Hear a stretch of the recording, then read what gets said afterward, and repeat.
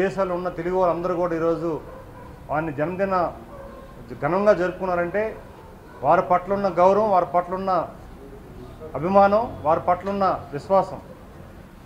ఈరోజు అధికారం ఉన్నా అధికారం లేకపోయినప్పటికి కూడా ప్రజా శ్రేయస్సు కోసం పనిచేసే వ్యక్తి గౌరవ చంద్రబాబు నాయుడు గారు. అందుకే ఈరోజు యావత్ దేశంలో ఉన్న ప్రముఖులందరూ కూడా ప్రధానమంత్రి గారి నుంచి కేంద్ర మంత్రులు చాలామంది రాజ్యాంగంలో ఉన్న వ్యక్తులందరూ కూడా ఈరోజు ఆయనకి విషెస్ చెప్పి గౌరవించే సందర్భాలు. అతి ముఖ్యంగా సామాన్యులు కూడా పండగ వాతావరణంగా జరుపుకున్నారు. రాష్ట్రంలోతో పాటు దేశంలో ఇతర ప్రాంతాల్లో కూడా చాలా ఆనందం కలుగుతుంది. ఒక ఆంధ్ర పౌరుడిగా ఈరోజు తెలుగుదేశం పార్టీ కుటుంబం పెద్దగా వారికి ఇచ్చే గౌరవాన్ని ఈ ప్రజానీకం చూసి చాలా ఆనందపడుతున్నాను, గర్వపడుతున్నాను, చాలా ఆనందం పడుతున్న సందర్భంగా తెలియజేసుకుంటున్నాను. 75 సంవత్సరాలు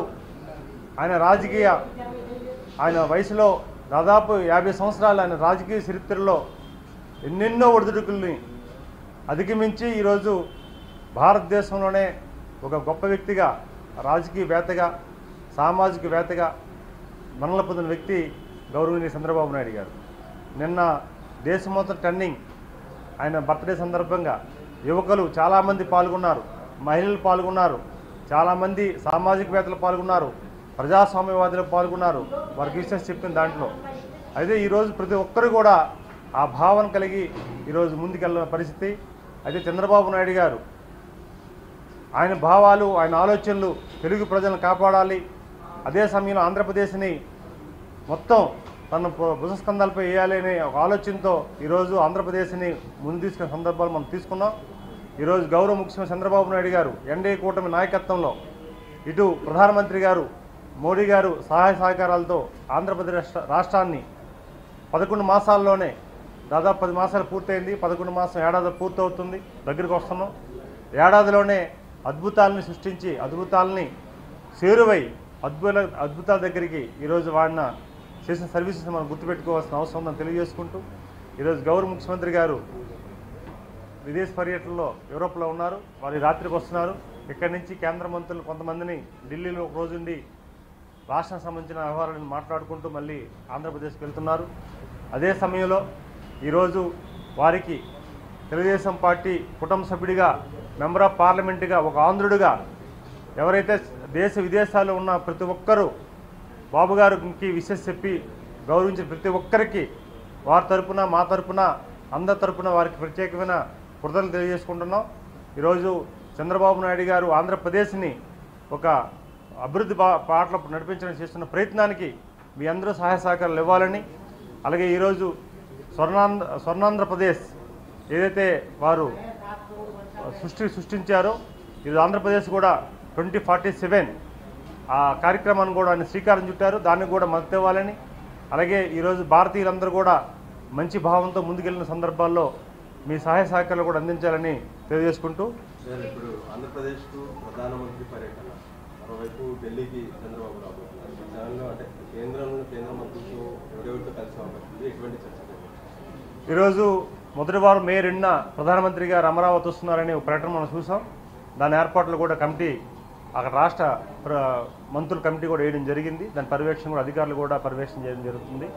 ఈరోజు ప్రతిష్టాత్మకమైన ప్రతి తెలుగువాడు, ఆంధ్రప్రదేశ్లో ప్రతి ఒక్కడికి ఒక ఆత్మ అభిమానం, ఆత్మవిశ్వాసాన్ని, ఆత్మధైర్యాన్ని పొందిన మొన్న ఎన్నికల ఫలితాలు మనం చూసాం. అలాగే అమరావతి నిర్మాణం ఈ రాష్ట్ర రాజధానికి ఎక్కడ లేని పరిస్థితులు మనం ఉన్నాం కనుక అమరావతి పునర్నిర్మాణాల కోసం ప్రధానమంత్రి గారు వస్తున్నారు. గౌరవ ముఖ్యమంత్రి గారి ఆహ్వానం మేరకు దాని ఏర్పాట్లు కూడా జరుగుతున్నాయి. ముఖ్యమంత్రి గారు కూడా విదేశ పర్యటన నుంచి ఈ రాత్రి 12 గంటలకి ఇక్కడికి వస్తున్నారు. రేపు కొంతమంది పార్టీ యాక్టివిటీస్ కానీ లేకపోతే ప్రభుత్వ యాక్టివిటీస్ కానీ కొన్ని కార్యక్రమాలు జరుగుతాయి. అదే షెడ్యూల్ అయితే ఇంక ఖరారు కాలేదు, ఎవరిని కలుస్తారు ఏంటంటే వారిని కలిసిన తర్వాత ఈరోజు ముఖ్యమంత్రి గారు అయితే ఏ క్షణం కూడా వారు వచ్చిన క్షణం అంతా కూడా రాష్ట్ర ప్రయోజనం, ఆయన ప్రతి అడుగు కూడా రాష్ట్ర ప్రయోజనం. కేంద్ర మంత్రిని కలిసినా, ప్రధానమంత్రిని కానీ కలిసినా, లేకపోతే ఇతర వ్యక్తులను కలిసినా రాష్ట్ర ప్రయోజనాలు, రాష్ట్ర ప్రయోజనం దృష్టిలో పెట్టుకొని వారి పర్యటనలు కానీ వారి ఆలోచనలు కానీ ఉంటాయనేది మీ అందరికీ తెలిసి ఆ విషయం కొత్తగా నేను చెప్పవసరం లేదు. దాంట్లో భాగంగా వారు వస్తున్నారు. అదే సమయంలో ప్రధానమంత్రి గారు కూడా వస్తున్నారు. ఆంధ్రులందరూ కూడా ఎదురు చూస్తున్నారు. ఎందుకంటే ఆంధ్రప్రదేశ్ సంబంధించి అమరావతి మళ్ళీ పునర్నిర్మాణం కోసం వారి చేతుల మీద కొన్ని కార్యక్రమాలు చేపట్టారు. ఆ ఆహ్వానం మేరకు వస్తున్నారు. ప్రతి ఆంధ్రుడు కూడా ఎదురు చూస్తున్నారు. ఆంధ్రప్రదేశ్లో ఆంధ్రుడే కాదు, తెలుగువాడు దేశంలో ఇతర ప్రాంతాల్లో విదేశాల్లో ఉన్న తెలుగువాడు కూడా ఆసక్తిగా ఎదురు చూస్తున్నారు. ఇది మంచి పరిణామం అని చెప్పి సందర్భంగా తెలియజేసుకుంటున్నాం. అయితే పరపతున్న వ్యక్తి చంద్రబాబు నాయుడు గారు ఏ పరపతి వ్యక్తి ఏది చేసినా సరే ప్రజల ఆమోదం కానీ, ఇటు పీఎం గారు ఆమోదం కానీ, అలాగే దేశంలో ఉన్న ప్రముఖుల ఆమోదం కూడా తెలుపు వస్తుందనడానికి నిదర్శనం చంద్రబాబు నాయుడు గారి పట్ల నమ్మకం, విశ్వాసాన్ని ఈ సందర్భంగా మీకు తెలియజేసుకుంటున్నాం.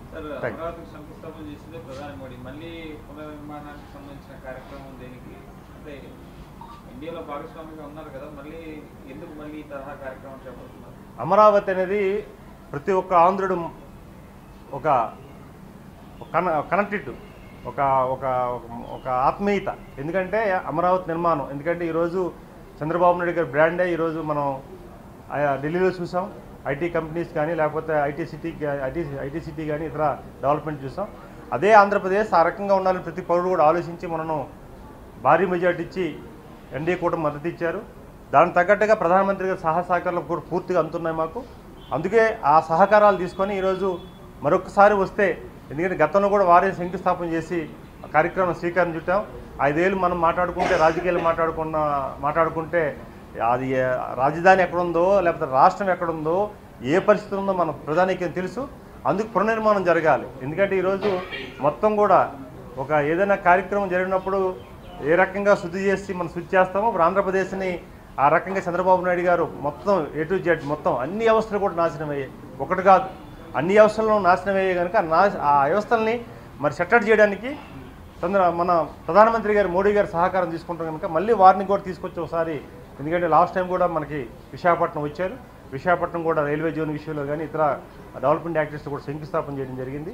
మళ్ళీ అమరావతి తీసుకొచ్చి మళ్ళీ కొత్త ఎనర్జీ, ఎందుకంటే మొత్తం అంతా మనం గత 5 ఏళ్ళు పూర్తిగా వినాశానికి దారి చేసిన సంఘటన మనం చూసాం. డెవలప్మెంట్ అనుకుంటే ఆగిపోయింది. మళ్ళీ ప్రధానమంత్రి గారు, ఒక భారతదేశానికి దిక్సూచి అయిన ప్రధానమంత్రి గారు వస్తే మళ్ళీ పాజిటివ్ ఎనర్జీతోటి మళ్ళీ కార్యక్రమం చేయాలని తలంపుతో ముఖ్యమంత్రి గారు, అలాగే ఎన్డీఏ కూటమి నాయకత్వం అందరూ కూడా ముందుకు వస్తున్నారని తెలియజేసుకుంటున్నాం.